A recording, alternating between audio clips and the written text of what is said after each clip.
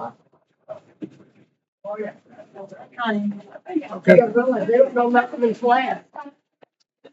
I'll do the devotion, then turn it over to you. I'm gonna go over and introduce you. Then I got one different, strange looking person here. This is Craig Montgomery, this is mine and Carolyn's son. He, the first time we had this class with 23 people, Craig took this session on suicide because he was assistant police chief for a few years and worked with suicides. And he pretty well knows all about it. I want to ask you just one question. How many of you does anybody have a suicide in your family? Yeah. You do? I do too. When I was little again, 6 years old, my uncle committed suicide. Before that, we had lived, Carolyn's family, my family, and my Uncle Doopy's family lived just right together. And the men farmed together, the women cooked together, and just very, very close. Carolyn's family moved down to do some work about a mile away, really, but they lived down there in a house. We moved to West Point, and Uncle Doopy had always been kind of a weak person, and really in mind and in physical. And one Christmas, he held a shotgun to his head. Carolyn thinks, and I think she's right, that it happened because Daddy and Sebastian both moved away from him.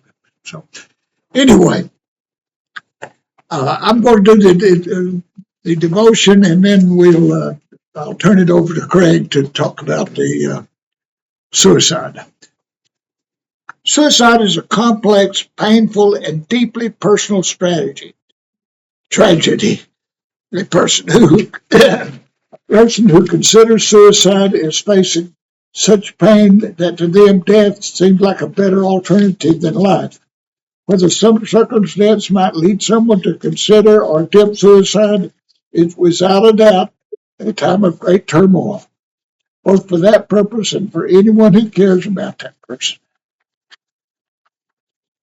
As Stephen leaders, we will never know knowingly assign a Stephen minister to a care receiver who is experiencing suicidal thoughts. However, there's a rare possibility that a care receiver's situation may worsen and lead to their considering suicide.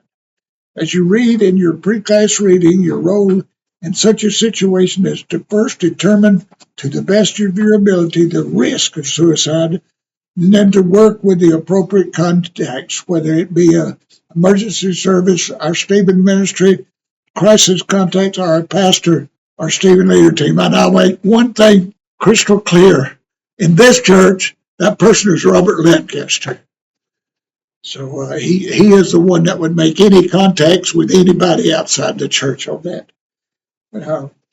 Start by forming groups of 3 or 4 and spread out around the moon and take their manuals with you. Don't do it. That's not a suggestion. It's Just say we're in a group of 4. All right. Thank you, Don. You'll work in groups to determine the level of suicide risk for 5 hypothetical care receivers. But we won't do that part probably, so I'm going to leave that alone.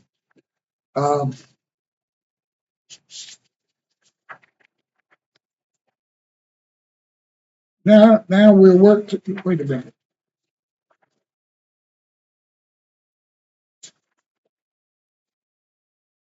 Bob, I've lost my place. Thank you. I thought I got lost and I'd gone right past what I wanted to do. Yeah, now I'm going to do something called the opening prayer. That's what I was missing. God of all mercy and compassion, we pray for those who troubled and torn that would consider ending their lives. Rescue them, protect them, send in people who care and can walk with them through the wilderness of suffering and despair to a place where they can experience hope. Help us share your love with all who are considering suicide. Comfort and console them as only you can. We ask this in the name of our compassionate Savior, Jesus Christ. Amen. And Craig? Oh, one thing about Craig that's, I love having him for a son, but he's an Auburn fan. And all the fans. You say that in a good way. No, Well, that's the way it is. Unless you watched the play last night. Yes. well, no, I didn't watch him play. I watched him where he should play. I'm full of fun. Y'all can open your books to page 333. That's this session. And Craig has a rough outline of what your book says. But as he's speaking, if you want to make notes, just make them in that area somewhere. He won't follow you to the page, but it'll be followed. But he has done this before for the very first class we had to see. Okay. Thank you, Doyle. Bob. Keep me straight like you do, Doyle, when I'm up here. If I mess my notes up there, Bob. But I worked at the Coleman Police Department for 29 years. 12 of those years, I was a detective. So, unfortunately, as part of my work as a detective, we'd respond to suicide cases. And those are so sad because the deed is already done. Another part of my career, I was a patrol officer. So oftentimes as a patrol officer, you're called to difficult situations, domestics, just a household that's in turmoil. In those situations, I felt like I actually had a little bit more power, but you could either talk to those people that were having an episode, or you could at least point them in the right direction for proper resources. So I hope if you guys have personal stories or information, share it freely. If you're not comfortable with it, don't. That's okay too. I'm going to, Dole had asked me, I think maybe 2 weeks ago, to come over here and speak. And it was that very day that he asked me to come over here. I saw a news article out of Huntsville. And I don't normally read, but I don't want to mess this up. So I'm going to go back to my phone and want to find this. It was a 12-year-old girl that had committed suicide in Huntsville.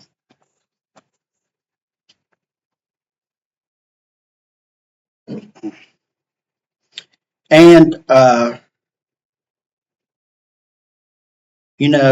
when you read an obituary, I found myself kind of reading between the lines. But the girl kept a diary, and that's the part that I'm going to read out of here.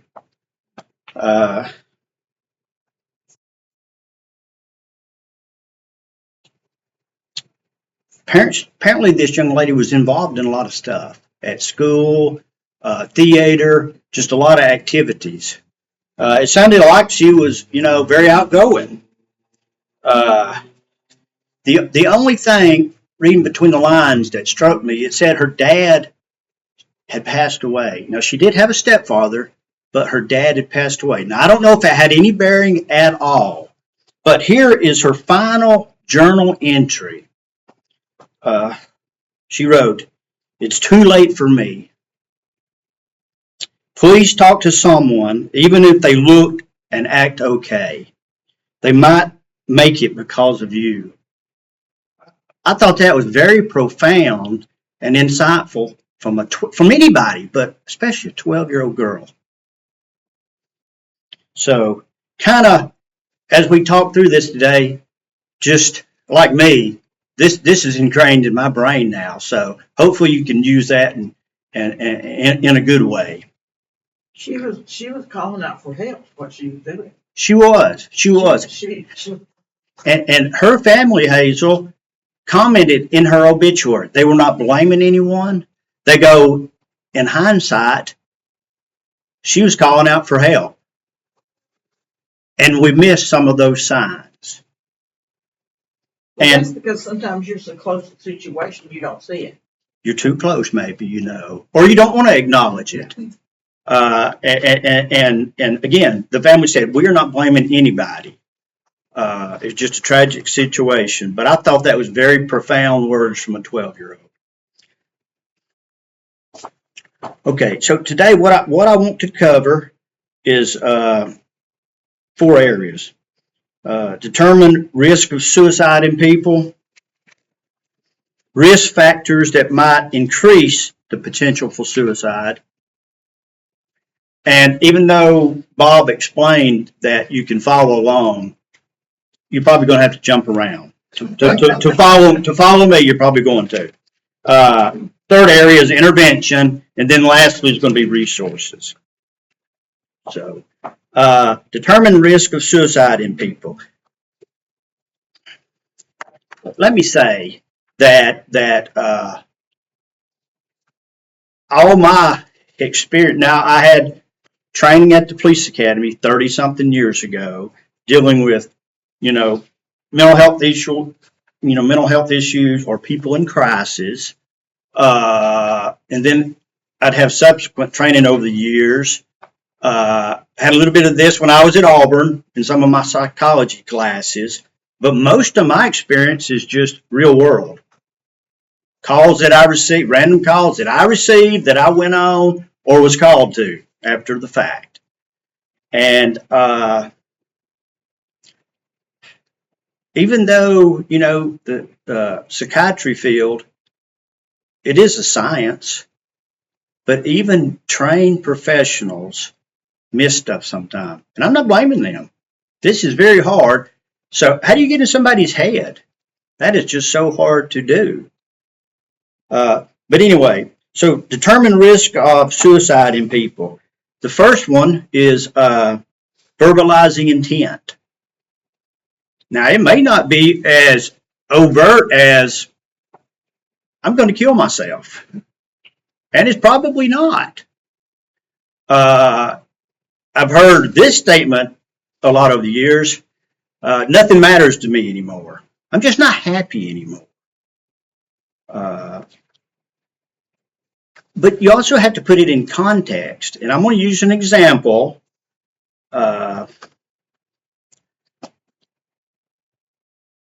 I've got a 7-year-old relative. He's a great nephew. His parents are divorced now. So my niece and her former husband, they had a very contentious marriage. And they'd separate, they'd get back together. And my niece's husband had a bad habit of when they would get into an argument and things would go haywire, he'd say, well, I'm just going to kill myself. Now, my 7-year-old great nephew, he uses that phrase. And it has got him in trouble at school numerous times where he'd get sent for counseling or, get sent to the office. Did I really believe that he might commit suicide? No. I think he was smart enough. He picked up on the fact that his dad could say that, and it affected the way my niece responded to her husband at the time. He saw it got results. So I was just trying to use that as an example to show that everything has to be in context. A 7-year-old saying, I'm going to kill myself, if there's no other cluster of evidence, may not be valid. When a grown man who has a lot of other issues, a lot of stressors, he says that tends to perk me up more. Behavioral changes that might be a clue. Do you, maybe you don't dress as well as you used to. Maybe you took pride in the way you look. Maybe you tuck your shirt in. I know not everybody tucks their shirt in anymore, But maybe you were a Dapper Dan at one time, and now all of a sudden you look kind of unraveled, and you don't keep your hair as neat. And maybe you're not bathing as regularly because you don't care anymore. Maybe you don't hang out with some of your groups like you used to. I don't know, maybe you had a bridge club and you enjoyed it. You did it for years and now all of a sudden you just quit. Now again, that might mean nothing, but generally I'm talking about clusters of signs together.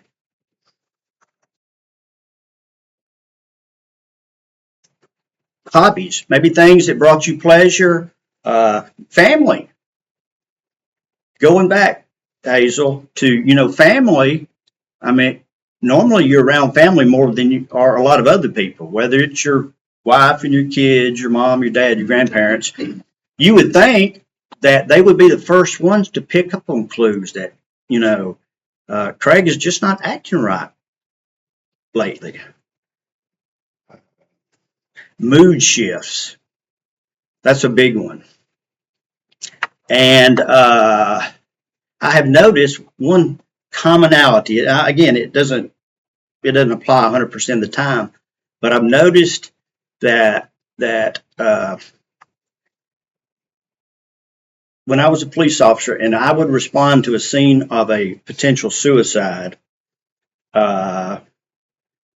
one thing that I noticed quite often that the family would say they acted rashly a lot. Spur of the moment, something would happen and it would set them off and they would react. And I found that to be the case with a lot of my suicide victims that maybe they get into an argument with their mom. She don't like the fact that they're laying out of work, but he's 30 years old and he's still staying at home, and she gets on him and he blows up and goes in the back room and kills himself. So a lot of those instances, they make rash decisions that they can't take back.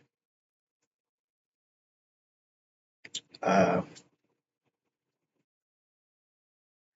had a coworker. This will be 30 years ago. We worked on the same shift together. Really good worker, good police officer, but he fit the pattern of a fiery redhead. Sometimes he would blow up in a situation that did not call for that response. And he and his girlfriend at the time, they had gone to Montgomery for the weekend. And on their way back, she dropped a bombshell that she was pregnant. But it was not his child.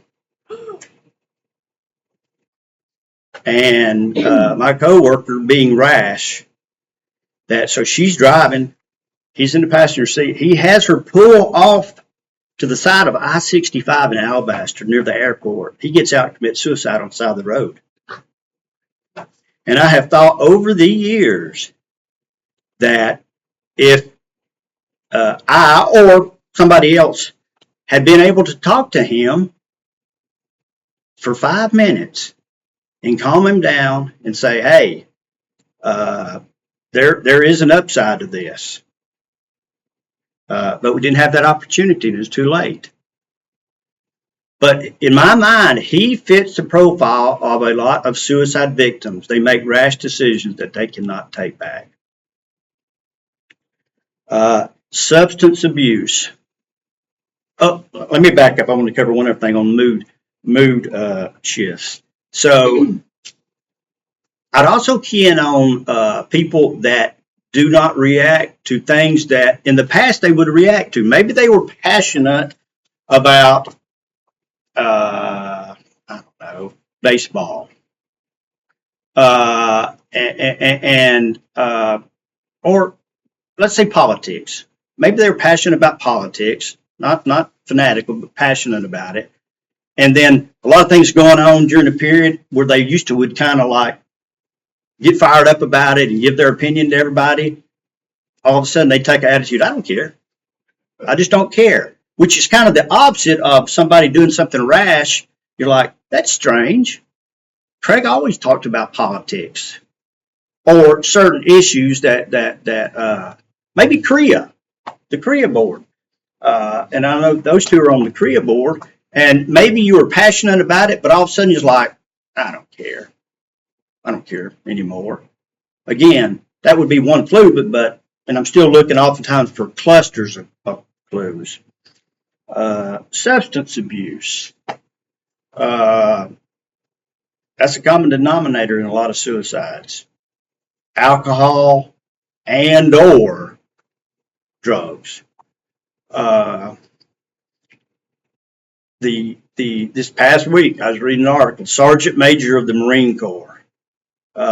He had come out. Military leadership is always, that's a political issue when you have service members that commit suicide, and you got parents that are calling their congressman because they want answers. So it's a hot topic. But the Sergeant Major of the Marine Corps had come out and said that alcohol is involved or a factor in the majority of suicides by Marines. So oftentimes you will have people that have, let's say they got a lot of stressors going on in their life, and they turn to drugs and or alcohol to try to ease the pain, to work through these issues. And alcohol is a depressant, and oftentimes that's not going to solve your problems. It's only going to make them worse.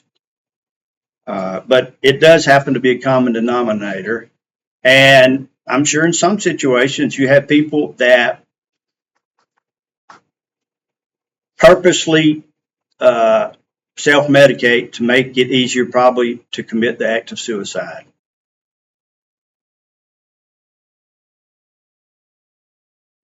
I would hear that often responding to suicide scenes where you'd have family members saying, he's been drinking all day.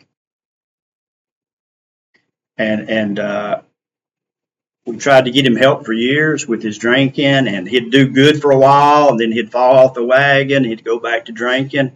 And I think probably there have been people that committed suicide that maybe they had gotten off drugs or alcohol for a stretch, and then they fall off the wagon for whatever reason, and they feel so bad that they have let down their parents, their friends, their spouse, and it leads them to suicide. Any comments on anything so far about any of that?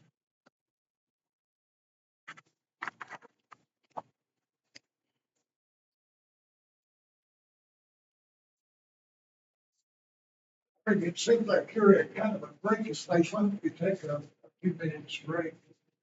Okay, take a break. Okay. Craig mentioned CREA. Craig was the original board chairman of CREA, which was formed. Were you on that board too? Initially?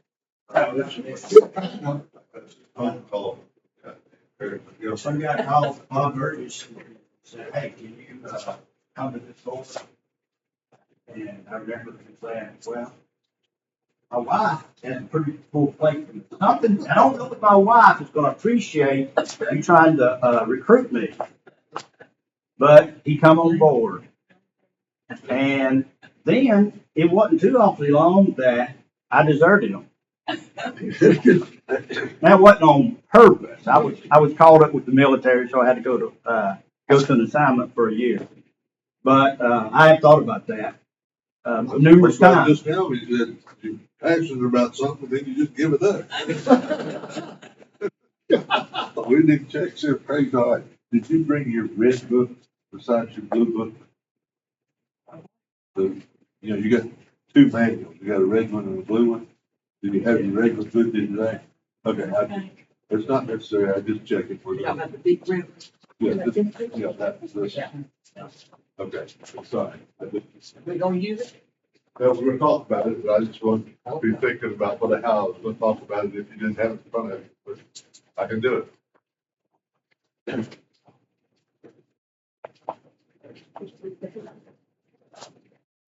Hey, do me a favor, please. Can you, either give me access to one of those books or make copies of this area that I'm addressing right now, because I didn't have that. I don't need it right now, but I'm just gonna go with what I have now, but for the future, I'd like it to marry up to the book. It's pretty good stuff. I know it is pretty good stuff, but it would have helped me with these folks too.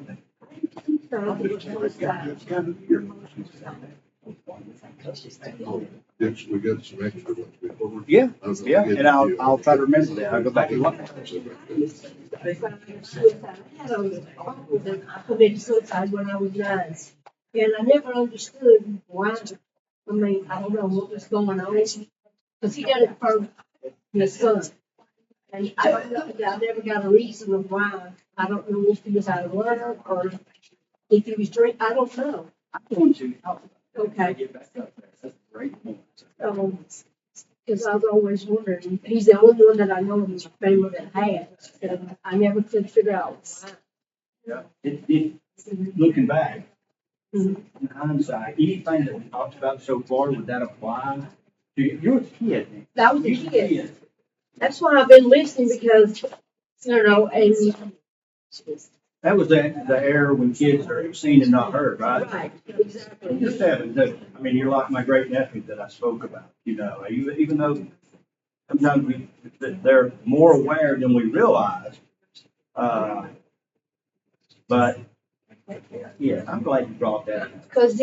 Because I'm wondering if it made my cousin do the things he did, because even though his dad committed suicide, he stayed in drugs, alcohol, and he done nothing but steal. He didn't want to work. He just thought, but he never hurt nobody. He always just went into somebody's house while they were not there to all kinds of stuff. That's the uncle you're talking about. Mhm. and all that. Yeah, his son did that after he committed the suicide. But my uncle, 2 daughters, less than 10 years old, 25 and 10 years old. Mhm. That those girls, being absolutely model citizens. out there. Well, all my cousins like Ricky, he done nothing but My dad. steal And, and stuff like that and stay in jail. and their uncle, 2 of their uncles, my dad and their uncle on the other side, were both black fathers to them. Yeah, he stayed in and out of jail, but he never hurt anybody. That was, even though he went in the house one time when somebody was there, he never hurt nobody. But he ended up dying in a car accident is what happened to him.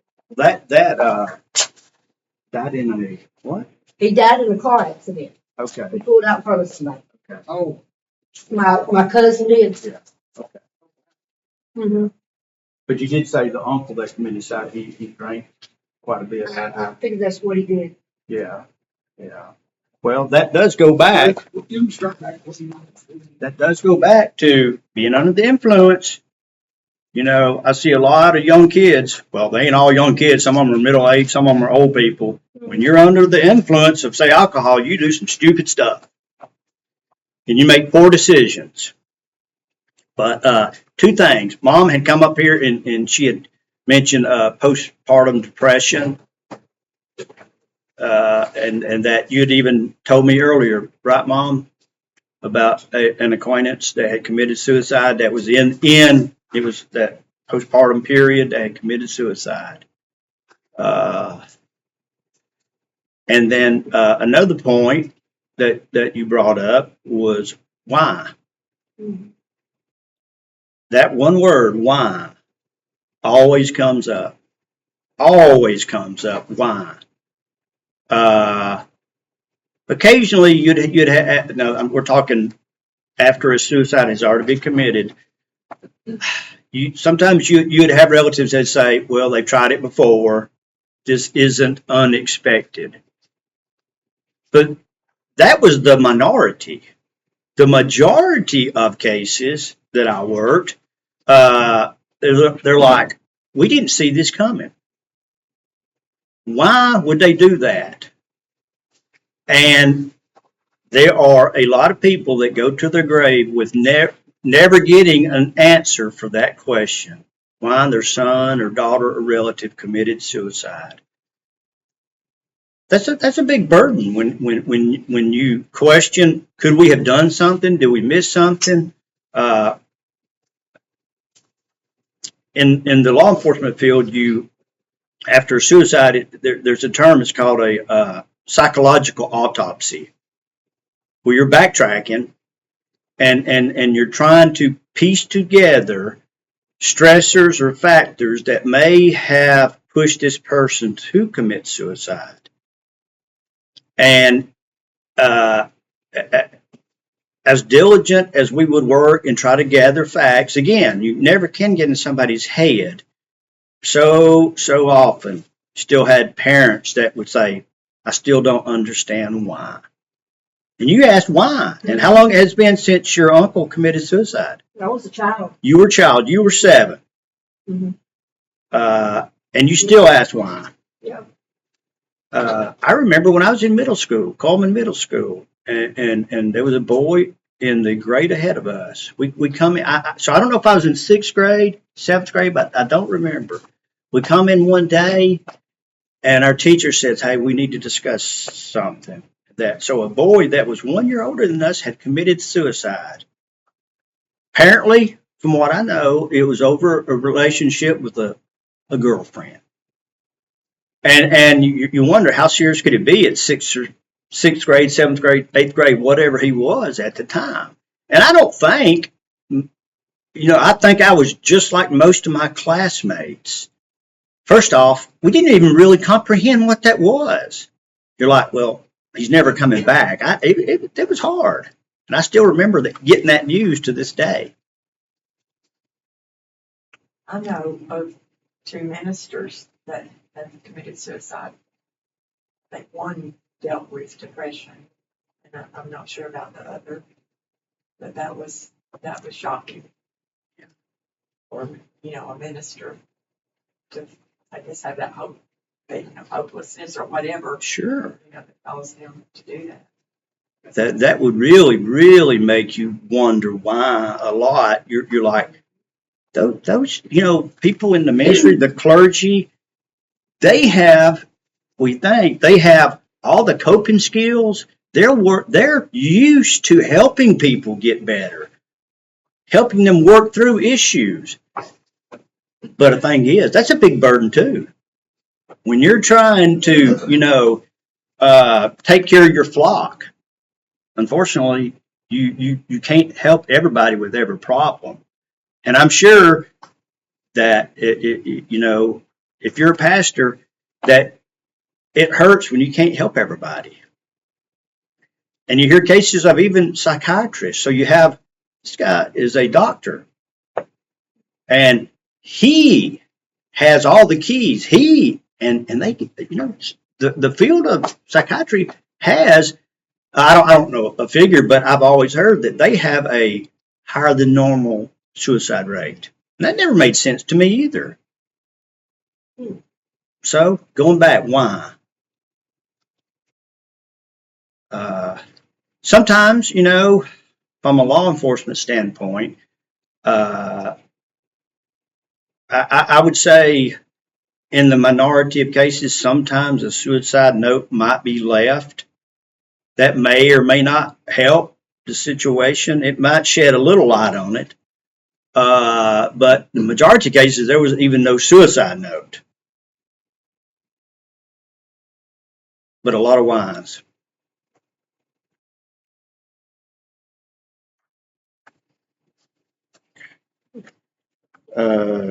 Okay, I'm going to jump over to risk factors that might increase the likelihood of suicides. Stress,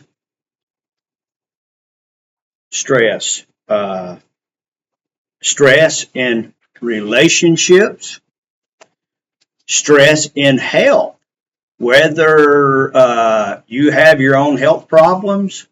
That was oftentimes suicides that I worked, was that you would have a person that had a terminal disease. And some people say that suicide is selfish because you're trying to alleviate yourself the pain that you have in yourself. I think in that category, though, sometimes you don't want to be a burden to some of your relatives. And Mom had mentioned that in another case, that she knew somebody that was a caregiver, right, Mom, to both her parents. Didn't sound like she had much of a life of her own except caring for her parents, and that lady committed suicide. So, anyway, stresses, relationship, health, financial, everybody has heard of the cases, back when the stock market crashed in the 30s where you had, stockbrokers jumping out windows in New York City. Stress from careers and or school.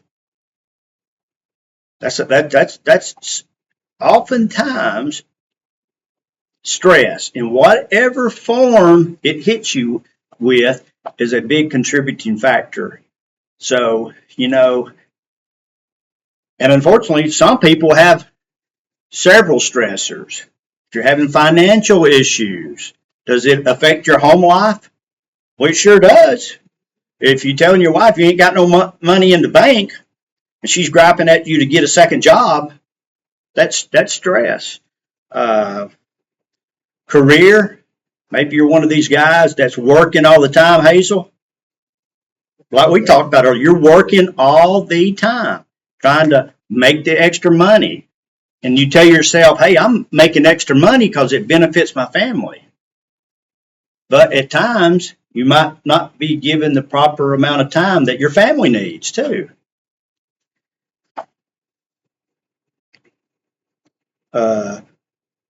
One of the biggest factors is previous suicide attempts.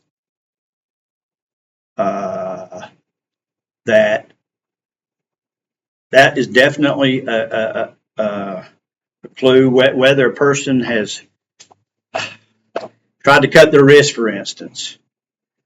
There was a person that worked with me, and not as a police, not as a law enforcement officer, but still worked for the same organization. And she had scars on her wrist from prior suicide attempts. And she oftentimes struggled with her finances. So we would kind of keep an eye on her. And she's fine now, but that's a type of case that I would still kind of be aware of, that she had tried to commit suicide before.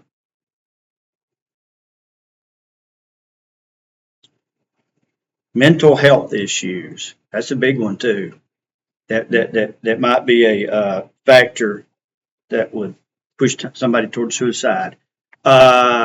Especially some of the more severe mental health issues, schizophrenia, bipolar, severe depressions, that oftentimes these folks do not want to address their mental health issues. Everybody probably has got friends or relatives that take medications that try to keep them on an even keel.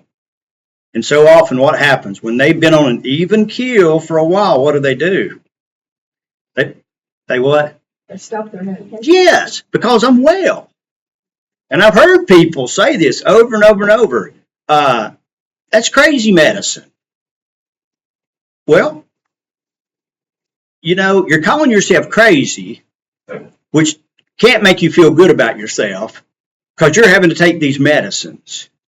So they stop taking their medicine. Or some people, maybe they can't afford the medicines. They done it when we still had Woodlawn Hospital, when they were up and running in Coleman. They used to have a section, psychiatric ward section down there.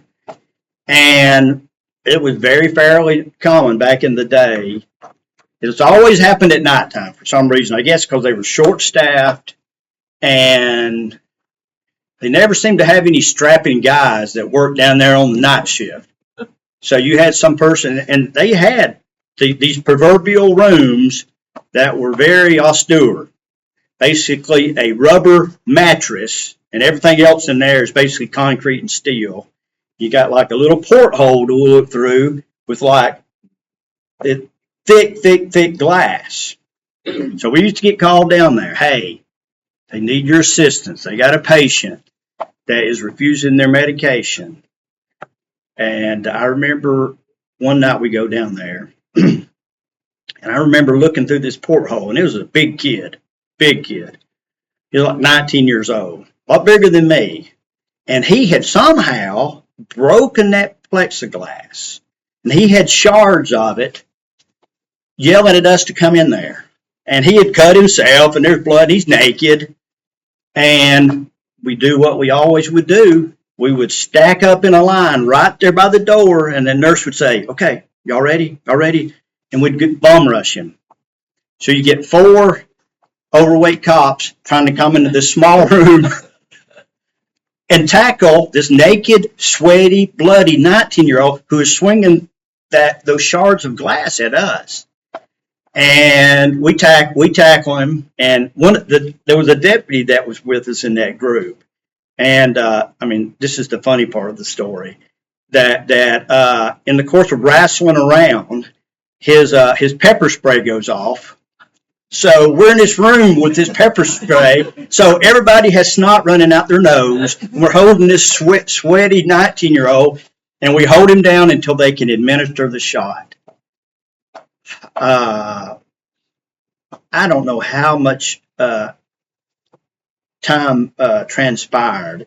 I'm going to say maybe 2 or 3 months that I'm on patrol. I'm going down Old Hansville Highway right there at King Edward, and there is a bus broke down. And so I get sent down there, I turn on my lights, go up there and see if I can help him. And it's that kid, that 19-year-old kid. And he was on the right medicines then, as nice as could be. I never brought that up, but I recognized him. And that's a good story, as long as he continued to do what he needed to do to be good, be on an even keel.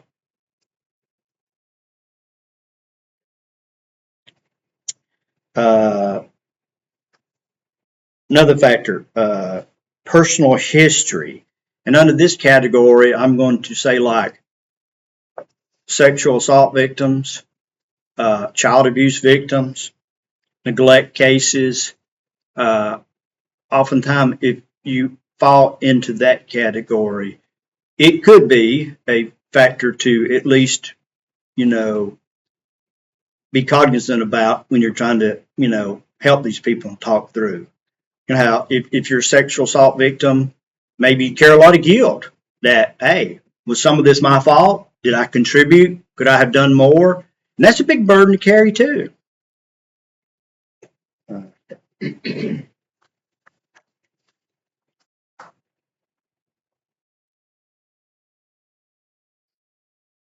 Situational factors. Death of a family member, divorce, chronic pain. Let's say you've got cancer and maybe your prognosis is not good. Those are always sad. They're all sad to go to these suicides, but I always, would go there and you're standing there and you're like, what was going through this person's mind?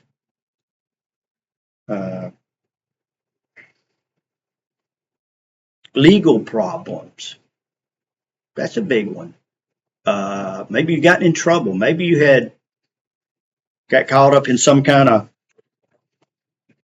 scheme and you get arrested and now you're under you're going to have to go to court here in town. We had a case where husband and wife, they live on the west side of the town, and the husband gets up one morning and leaves the house. I don't remember what he had told his wife. Gonna just go out and get some fresh air or something. Well, he don't come back the whole day. So she calls the police to try to look for him. He don't show up the next day. She files a missing person report. what had led up to that was they'd gotten into it one day, and he got arrested for domestic violence. And it was coming up. Now they had, I guess you'd say, had reconciled because he was living. Apparently they separated, but now he's back in the house. And it was coming up. They were going to have to go to court. Now I don't know. Maybe for all I know, his wife, she may have been going to drop the charges. I don't know. Anyway, it was coming up like the next week when he left. And so 8 months later, he's still gone. Well, we get a call. I remember I was at church out there at Spring Hill Baptist Church, and I get up. That's back when we had pagers. They paged me, so I step out and I called dispatch, and they had a hanging victim. And this guy when he had left his house, he had taken some rope with him, and even though it's in the city of Coleman, he went to an undeveloped section of woods. That was quite a distance from his home, but he made it there on foot and he hung himself.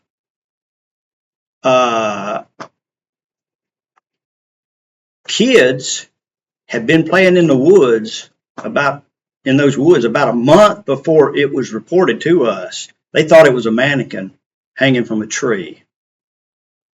And I guess they had gone back in there a month later to look again, and they just didn't feel right, and they went and told their mom, and mom called us, and it was the missing person. He had hung himself.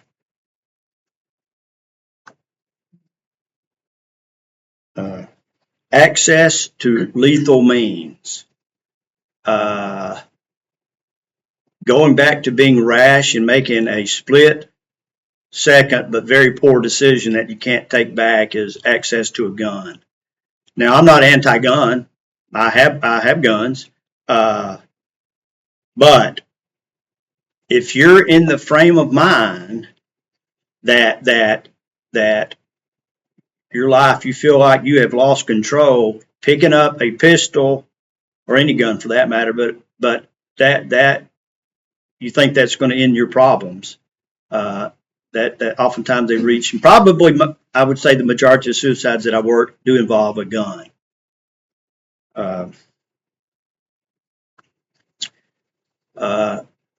At times we would in the past, when as an officer you go to some of these scenes, and a person is entitled to get drunk and rant and rave in their own home. I'm not saying you put your hands on your wife, but I'm saying if you just want to get belligerent and drunk, you can do that. So there have been times where we would end up on calls, and the standard question for a person is, are you thinking about hurting yourself or someone else? Well, what do they always say? No. At least that's what they're telling me. And in the past, we were kind of limited, unless they were more factors that we could articulate and get in front of the judge to have them committed involuntarily. Oftentimes, you left. If there was no crime committed that you could arrest him for, sometimes you had to leave them there. But I would usually ask the family members, you got any guns in here? And if they said, yeah, I would take them. Now, really, the way the law reads, you could go to a judge and you could say, well, they took my weapons. They stole them. Now, we didn't have any intent of keeping them forever, but we locked them up in our evidence vault. So in those situations, no crime, nothing like that, no domestic violence. We were not legally entitled to take their guns, but we did it anyway, because I always figured that, well, it's better to err and get chastised by a judge than leave a weapon here and that person kills their wife, their kids, or themselves.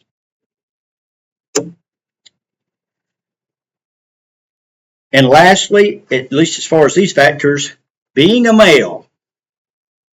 I don't know. I guess males, do we just routinely make more poor decisions than the ladies do? I don't know. I will not say 100% of the time, but suicides by female are way rarer than by males. And males typically have access to guns more often than the ladies would too. And any comments about that? Input? Things that I may have missed that you can think of?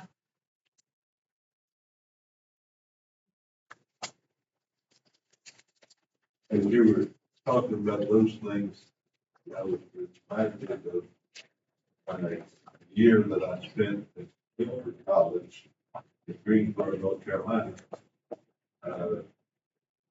First year out of high school, and my roommate, who was kind of goofy anyhow, went home for Christmas break, and his girlfriend died of an overdose of sleeping pills in the late 60s, whatever that was. His friends from his hometown said it was suicide. He thought it was accidental. She just took to it. But he came back to school and he was talking about he was going to commit suicide. And I went to the dorm, whatever they call it, RAs or people in charge, and basically I wanted to change room. Well, he also came back with a TV. So we had a TV in our room. Well, everybody in the hall was in our room until all hours of night, so studying. Not that I was a great studier or anything. It gave me a perfect excuse not to. I wanted to change rooms. They said, no, he needs you. And so, anyhow, he threatens to commit suicide. And I'm in fact, for probably 2 nights in a row, I stayed awake all night just to make sure he wouldn't. Well, then I was so tired that and so I'm saying this for you to say how wrong this handle thing. I took his pills that he kept threatening to take, and I had taken them away from him. I just put them out there on the counter beside him and said, here, if you're going to, go ahead, I'm going to sleep. And I did, and he did. Yeah. So, There, that reminds me, when I was a freshman at Alabama, my roommate's father committed suicide. And he thought he had cancer. Didn't go to the doctor, wouldn't go to the doctor, but he decided that he had cancer. Later, he did not have cancer. But just the fear of having cancer, didn't want to inconvenience the family with him being an invalid and everything. He committed suicide. On bad information. Bad information. You know,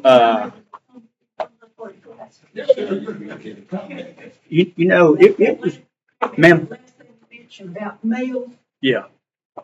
males are stronger, more forceful. Females, I think, sometimes try to get attention, not maybe slashing your arm, whatever. Sometimes then the next time they try to get somebody's attention, they go too far. Ends up in suicide. It intended to be. Yeah. Yeah. Of course, you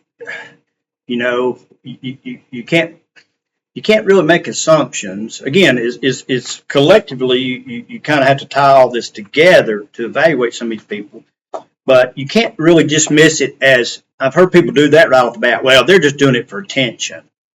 Well, I tell you what, there have been people that maybe had started out doing it for attention, and then you have naysayers that kind of like, you're never going to do this.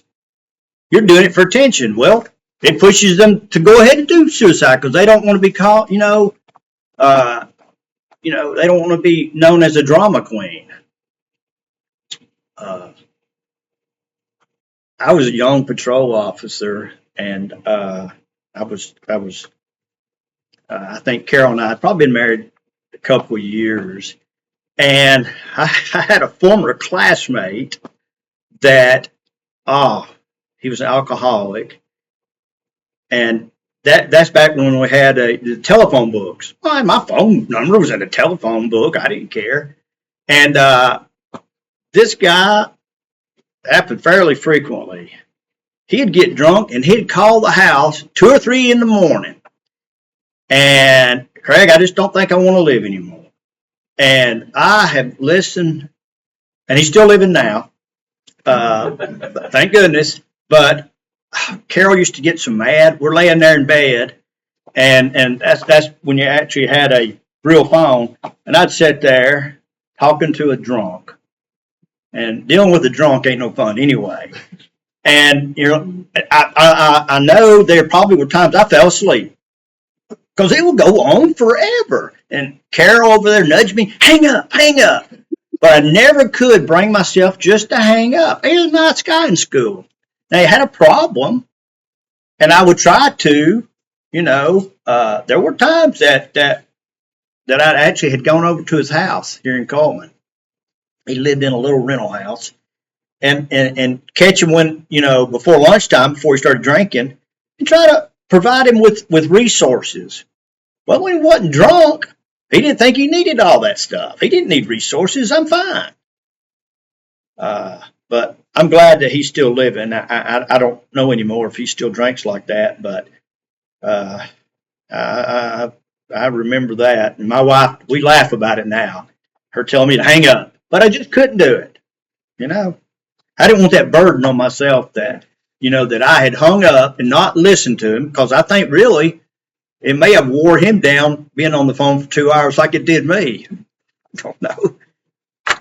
I was going to ask you a question, and you may answer this later, but I mean, I know the rate of teen suicide is just, more and more and more. And I was talking with my husband earlier about, what we were going to be talking about today. And I said, when I was in high school or middle school, whatever, I don't remember hearing anybody any kids that I knew that committed suicide. He said, well, I was the same way. And I don't know, it just seems now, I know there are a lot of factors that teens face now Yeah. that I didn't growing up. And I just wish there was some way to make their lives different. That, I don't remember all the bullying, like kids face now. You don't have all the social media things that, where kids can be mean and just do all kinds of mean things to other kids. And the family unit is not the same a lot of times as it was when I was growing up. I mean, I hardly ever heard of anyone divorcing, and I'm so thankful I lived during a time like that. But I just am burdened for kids nowadays that they face so many issues and just don't have the coping skills to help them. I don't know. It just And I'm not talking about younger generations, because there's some fantastic kids out there. yes. They are. Yeah. But I do believe that they do not have the coping skills, and we're not as resilient as past generations. I mean, my opinion of, and I always say this about World War II veterans. They went overseas, and it was open-ended when they left.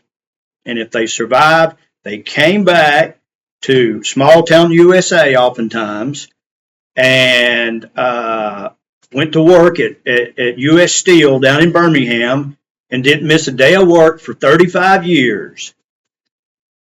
They didn't gripe about stuff. They just went about their life. And sometimes I question whether we have that mental toughness.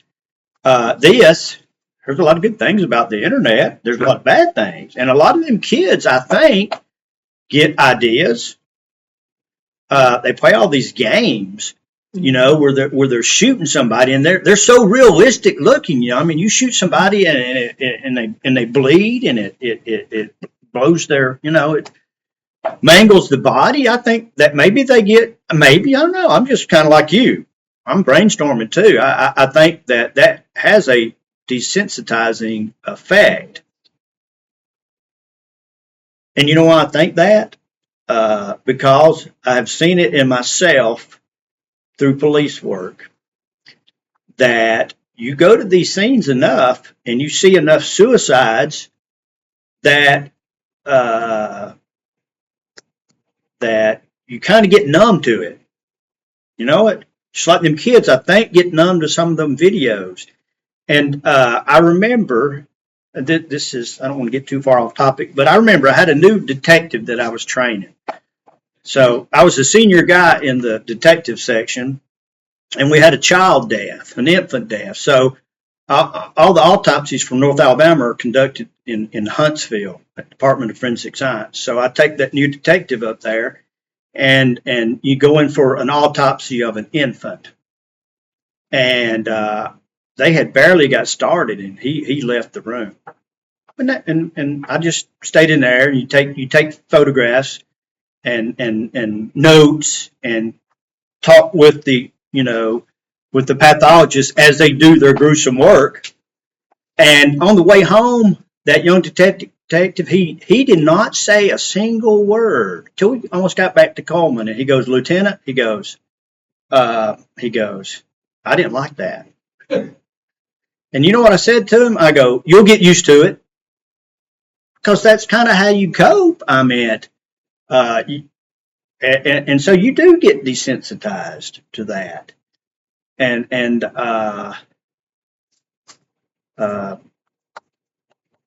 I think that's a coping mechanism in and of itself. At least for me, was don't think about it, do your work, forget that is. That sounds kind of callous, but it would wear on you if you allowed yourself to overthink the situation why this person committed suicide.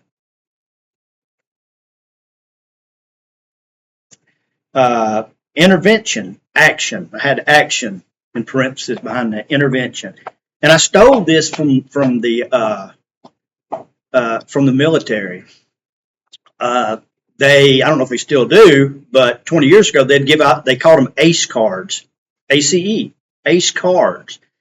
And some commanders required their soldiers to carry it in your wallet. And that stands for Ask, Care, Escort. Military is always real big on acronyms, simple things to try to remember. And if you think one of your buddies, if some of these signs pop up, ask them. Don't be timid about it. Don't be afraid. Are you thinking about committing suicide? And some people have a hard time asking somebody that. And I used to tell them when we'd have those suicide classes, I'd say, well, most people, when you ask them, are you thinking about committing suicide? They're going to go, well, no. I had like a rule of 3. This wasn't in the Army's literature, but it was Craig's rule. I'd say, you ask them 3 times. Maybe not, are you thinking about committing suicide? Or are you thinking about, maybe not like that, but ask them that. Are you thinking about suicide? And then you talk to them some more and you're further evaluating. Then you come back and you hit them again. Are you thinking about suicide? Keep talking.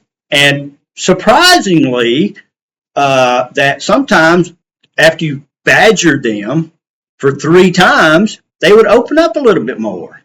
I'm not saying everybody would, but you do have to be persistent about it. If you have seen, or heard from somebody else several of these clues that we've talked about today, don't be afraid to ask them. You're not going to push them to suicide by asking them. If they're not even thinking about it, if you have missed the mark and you ask them, are you thinking about committing suicide? If you ask them that 3 times, that's not going to plant a seed if they're not already thinking about it. But I do believe that, if they see that you're trying to help them, you're more likely to get more information. So A, ask, C is care. And that's where that section really comes into being a good, active listener. You kind of ask these open-ended questions to them. You're not asking questions that they can, brush you off with a, one-word response. You ask these open-ended questions and talk to them. Let them talk to you. Unburden themselves. Going back to the clergy and whatnot, they're the best listeners in the world. And you learn so much and I've had to fight this because I like to talk, but I mean, there's a reason we have, one mouth and two ears, right? And that really comes into play under care, is to be a good, active listener. Under that heading also, the military is saying, hey, that's when you need to, if possible, remove any means that they might use to commit suicide. Remove, not leave the pill bottle there sitting on the counter necessarily, but if they have access to a gun, if you can. Now, they also advise, hey, don't use physical force on these people. That they refrain from giving that advice, but be a good listener, remove anything that they might possibly use to commit suicide. The good thing about police work too, when I was in uniform, that some people, you get to these scenes and it's a person that fits a profile of somebody you think might want to commit suicide. That was an easy fix. If they had already committed a crime, to take them to jail. And I looked at that as a win, at least in the moment, because, I might have to tackle this guy and put handcuffs on him. Now he's not mad at his wife anymore. He's mad at me and he's screaming and cussing me. But you know what? I get him to the jail. It buys us some time. They sober up and, maybe he's thinking more logically the next day. And I know in y'all's situation, you don't have that luxury, but still. And the last one is under ACT is escort. And you'll just have to kind of tailor it for your situation. In the Army, that's easy enough. That if you have a compliant buddy that you think might be suicidal, you grab him by the arm. I'm not saying drag him necessarily, but you take him to an Army chaplain. You take him to, any of the other suicide resources, that's available to the military. Here, in your situation, it might be that, you have to reach out from where you're at right there. I mean, I'm not saying you necessarily call the suicide hotline while you're sitting there talking to this person. If that's an option that they would entertain, I guess you could do that. But the main thing is you're not just leaving them where they're at when you think it might spiral even worse that very night.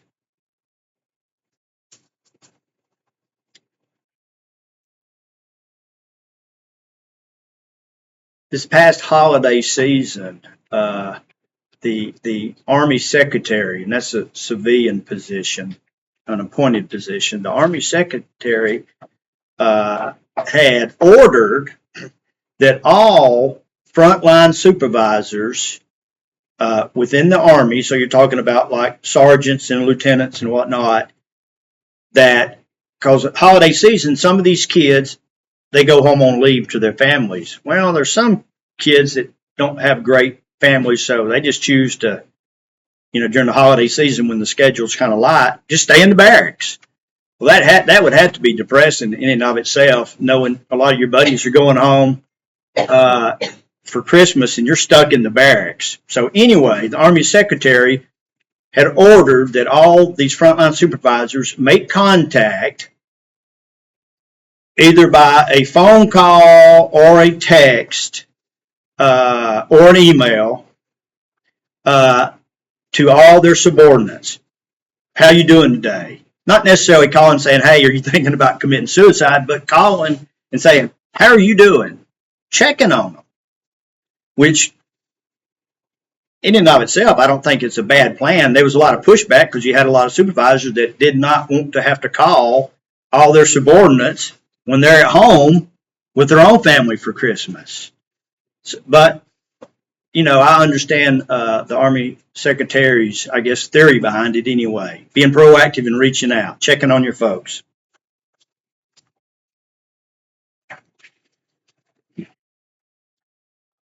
And lastly, I want to cover some of the resources, helping people to get help. And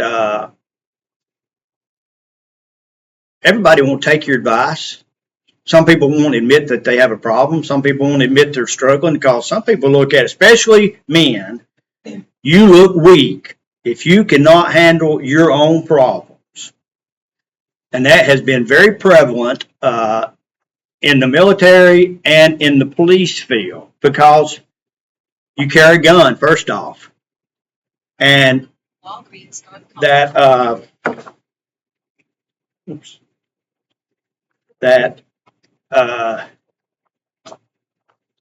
oftentimes, if you came forward and admitted, hey, I'm struggling, well, the first thing they do is relieve you of your weapon. They don't want you to hurt yourself. Well, that's potentially endangering your livelihood, your job. If you got a security clearance in the military, oftentimes they will suspend your security clearance if they know you're having issues.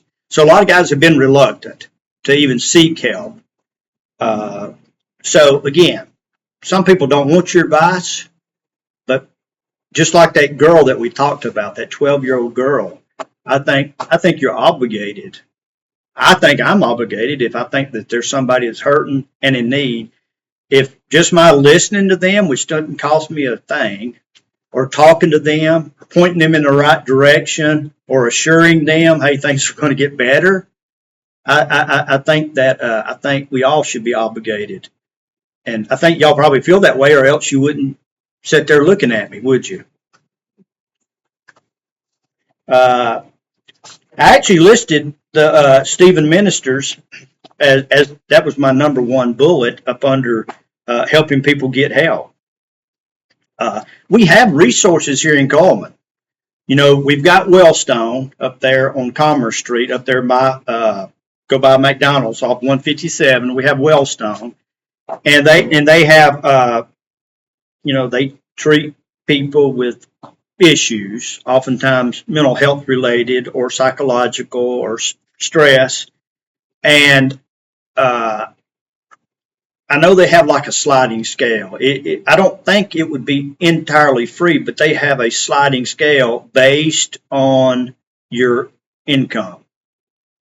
And I don't know, so I won't say, but I don't know if the state helps with any of those financial costs for people. I don't know. But anyway, Wellstone has always been good to us. If we had somebody in the past, if somebody was having an episode as a patrolman and you realize this is beyond my capabilities right here, this person is not going to jail, we would turn to them, and they usually have somebody on call that oftentimes would come and counsel or talk to that person that was having the issue. CRMC, Turning Point Health Center. I think this has been online for, I don't know, 3 or 4 or 5 years. I'm not sure, when they added these capabilities at CRMC. So again, counseling mental health issues.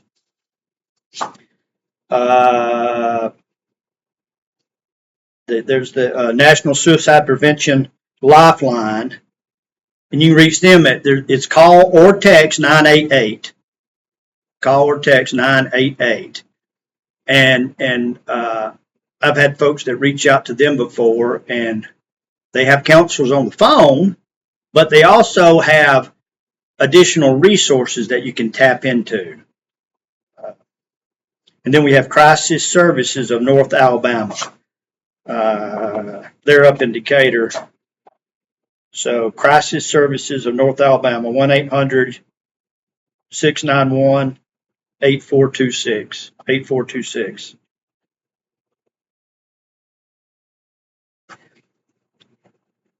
If you wrote that one down too. So you can just put CRMC. If you call the directory up there, they will refer you to Turning Point. But their number at Turning Point is 256-735-5570. And at Wellstone is 256-734-4688.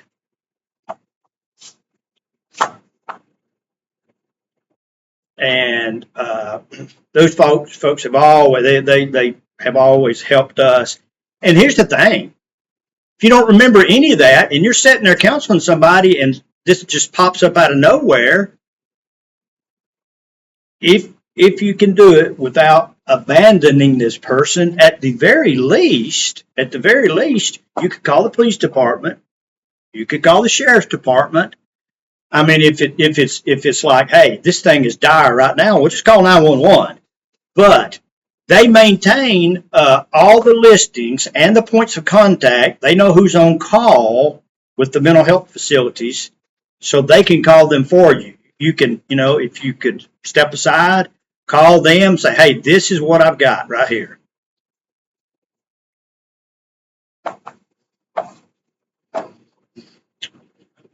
Did you get all the numbers? Okay. Any thoughts?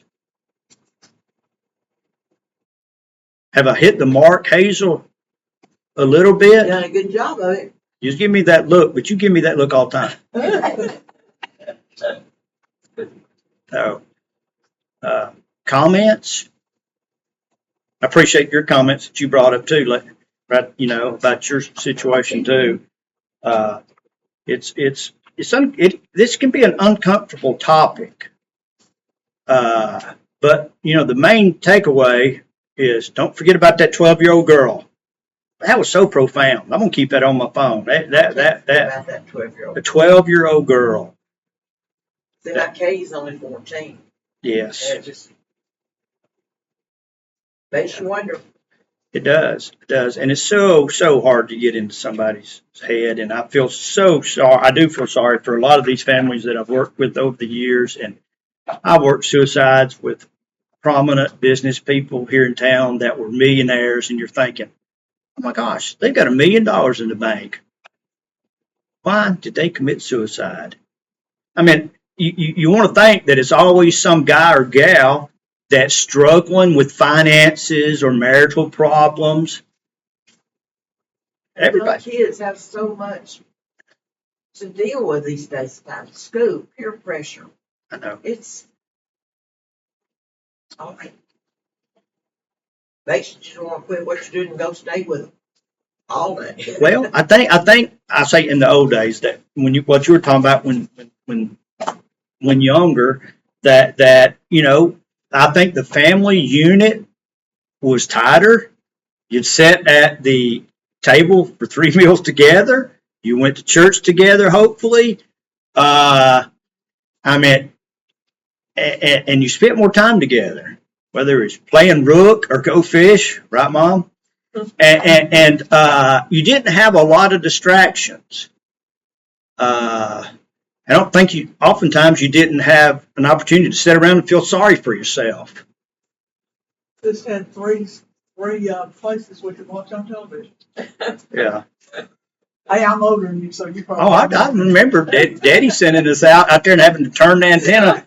If we could get the Birmingham channels. We could get 6, 13. We could get PBS.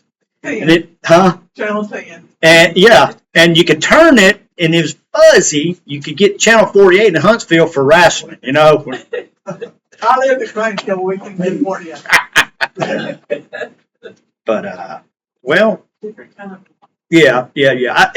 There's just so many factors that we just have to deal with here. We're It was just an absolutely different yeah. concept. In some regards, we appreciate all the, I'm going to say, easy easy living we have now, right? I mean, everybody's not, living on the family farm, working hard. So it's never been easier, but never have we had more issues that weigh on people, you know. But well, that's all I've got. Thanks for listening to me. Yeah. Yeah. Well, thank you. 5 minutes will be done. I know Doyle was back there going, like, stop talking, but I couldn't stop myself, Doyle. You did good, and we thank you. Appreciate it. Yes. Thank you. All right, turn to the last page in your book. Last page, Last page. last page. And let's talk about the caregiver's compass in relation to what Craig has talked about. Oh, okay. In terms of suicide and suicide prevention, where does compassion come in? I think Karen enough about the person to ask them the question. Are you Okay, thinking about suicide? very good. What do you think? Observant? Right. All right. How does full of faith relate to what we're doing? Need to be brave about person. Okay.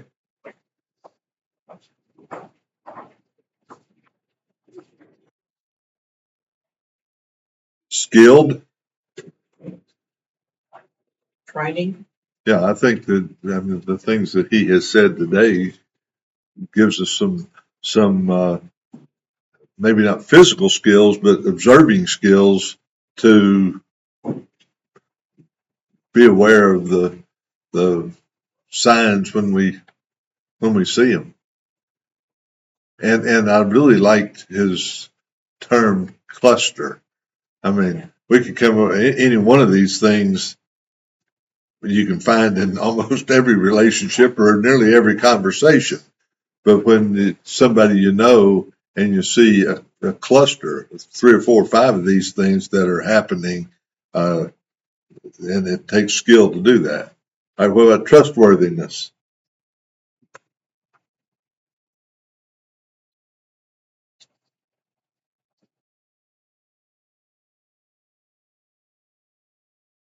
Hopefully in that relationship, you have built up enough trustworthiness that they are willing to confide That in we have you. become trustworthy. Right, that we have been to them. You're right. So I think that's I think following through with the situation there. Don't want that. right. And then in the center, we don't always go back to there. Christ is in the center of this relationship. How does that help? Oh, it has to be. What is Okay. it possible? Right. I mean, That's what I'm saying. I mean, it's done. okay, but I don't like to leave it unsaid. All right. Now, the next thing we need to do is talk about, and in our books, it's looking ahead, and I cannot use the script that is provided. Do you, a couple of you have the red books, because as you see, we're at the end of that one, but we're not at the end of the training. So our next 3 or 4, 5 classes or modules are in the red book. Do you have this form, Stephen Minister's training schedule for 25 and 26 with you?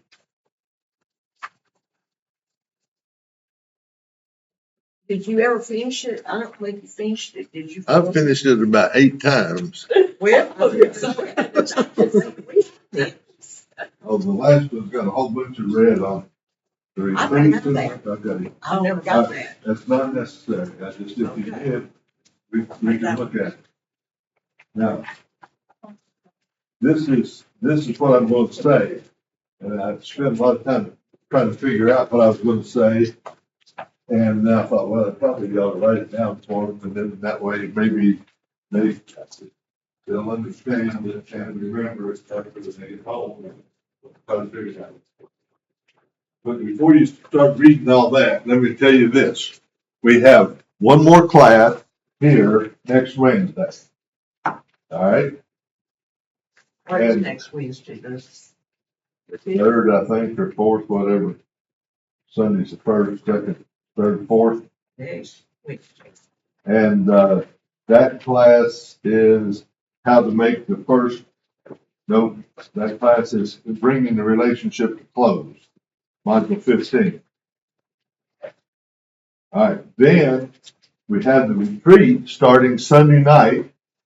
And Sunday evening after supper, we will do a module. But it's not number, 15 is next Wednesday. We won't do 16. We'll skip to 17. And on Sunday night, we'll do how to make your first caring visit.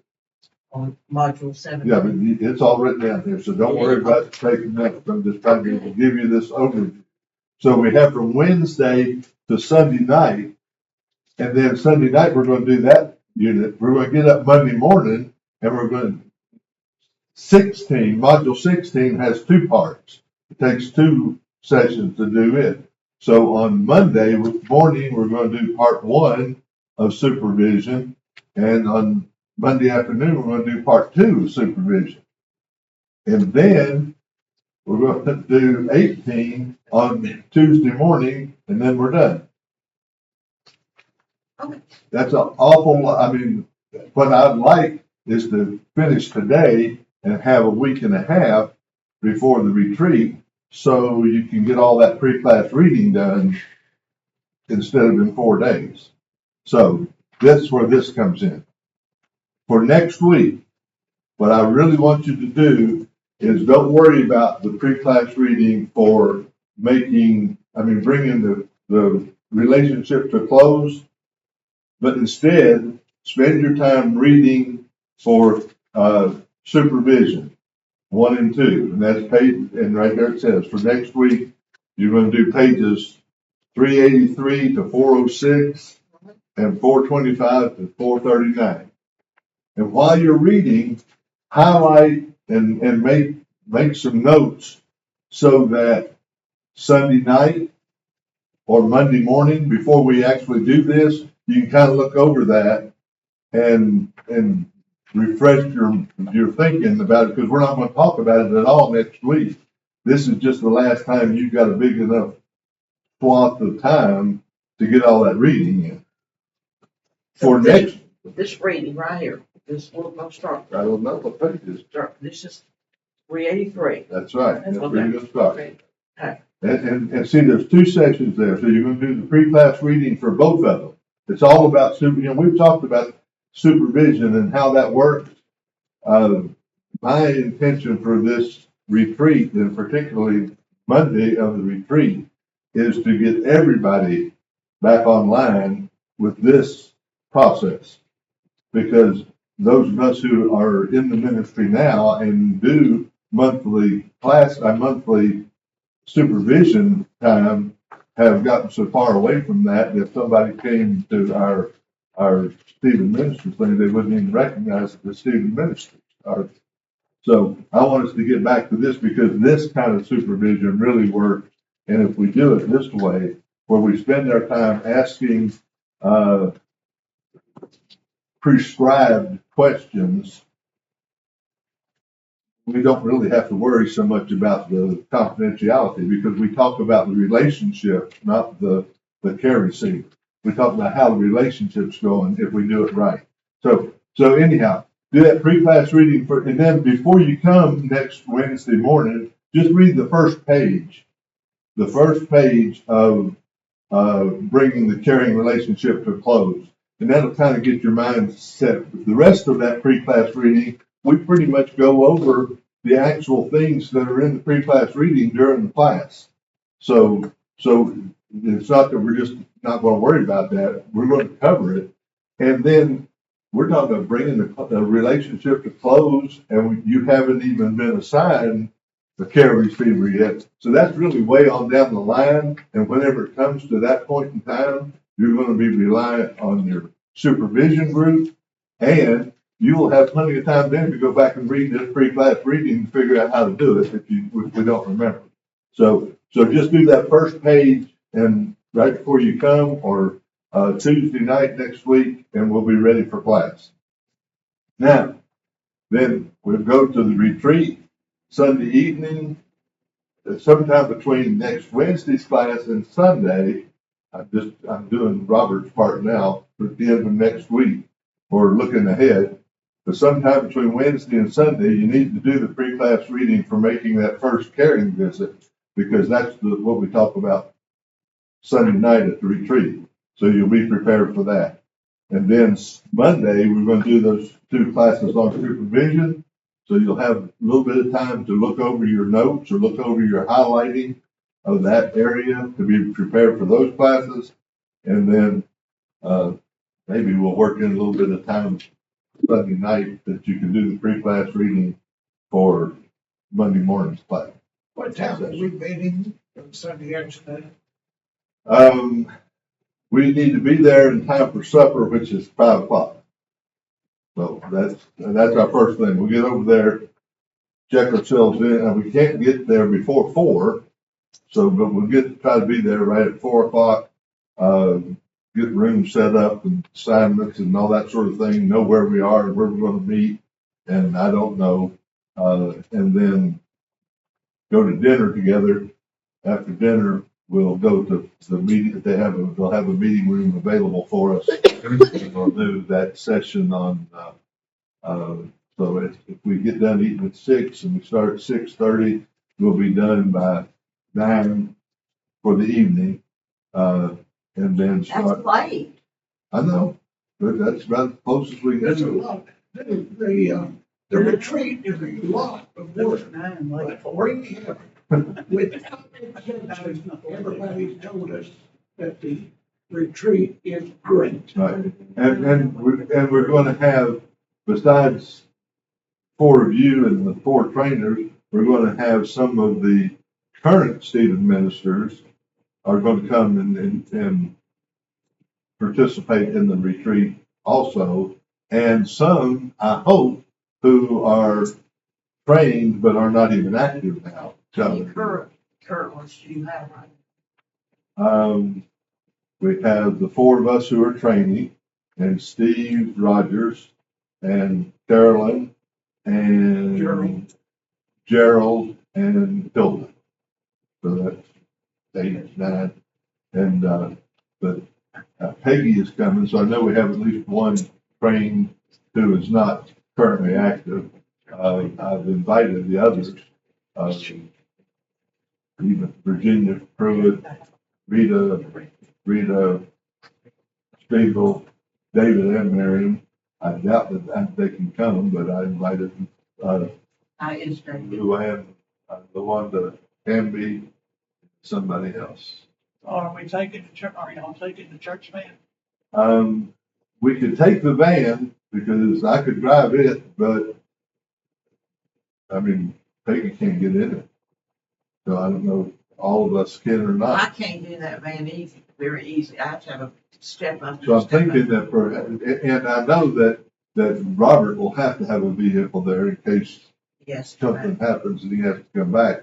So I'm thinking we'd probably do better to carpool rather than try to take a single vehicle, and I'll drive you places. we can do that.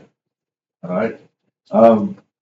So that's how we're gonna operate from here through. So, You're gonna tell us later though what we'll need to take with us. So we're talking. okay, so I hadn't even thought about that because I don't know. And You take your red book. yeah, we'll need the red books, but, yeah, before next Wednesday, I will find out for sure. And by next Wednesday, Make sure you take your pajamas. I don't want to. I don't wanna know that. I better check that. There's none more about that is one of the things we need to look at. After, everybody that I sent the email to about, you're welcome to join with us, but let me know if you're coming. Have until Saturday to let me know. So Sunday, I should know how many there are going to be and who they're going to be. So next Wednesday, we need to decide who's going to room with whom. And some of it's easy. Gerald and Sandra, Carolyn and Doyle, Peggy and I, Robert and Sherry, but some of it is not so. And if there's an odd number of men or odd number of women, then they need to know how many single people you're gonna have and how many How many will room, two. sleep in a room? I think you could probably put 3 or 4, but we're going to do 2 as a maximum. All right. And the missions committee is paying for the whole thing, so don't worry about it. It's not gonna cost you anything. But I don't know what. What about supper? Oh, they're doing supper there. During the retreat, we'll eat supper Sunday night, breakfast, lunch, and supper Monday, breakfast and lunch on Tuesday. If we don't have to pay for that. You'll have to pay for it. Okay. Any other questions? But as far as what we need to take in terms of pajamas and Okay. toothpaste and toothbrushes and Towels and what? towels and washcloths, I don't know, or I assume we won't have it. I think it's kind of motel-ish, wherever the retreat center, whatever that is. We went probably about a fire If you retreat. stay up on the hill, they have one that is like a retreat center, yeah. But I have to, But it's Let this different lady than the down. I have to let the lady know Yeah. when we're coming, and how many are coming, and at that time I'll ask her. Which retreat center? I don't know. I don't know that. You gotta have that circular one. What's that, kind of really, no, what's that one that's the wooden one? That's all by itself. You know what I'm talking I about? know, I know what you're talking about, but I don't know. I think we're gonna be really close to the main lodge, because I think that's where the eat happens, Oh, okay. but I'm not sure about that. Just so you've got some old people. But I talked a lot about going to Falkville, to Quail Creek, because I had heard that Simatonga's prices were way high. But when I compared the two of them, Simatonga was cheaper than Quail Creek, so Did you say, where's where it's well free to talk about? it's, to the right of the interstate at the Falkville exit. Oh, I know about that one, yeah. When you go out there, It's somewhere a else. golf course, and they Yeah, have, I've been up there. but it's, they were more expensive, and so we're going to send, and that's good to support them. All right, any other questions? Then let's do the closing prayer. No, let's pray the closing prayer. Heavenly Father, you care for us in our darkest times. You brighten our darkness with the gift of Jesus.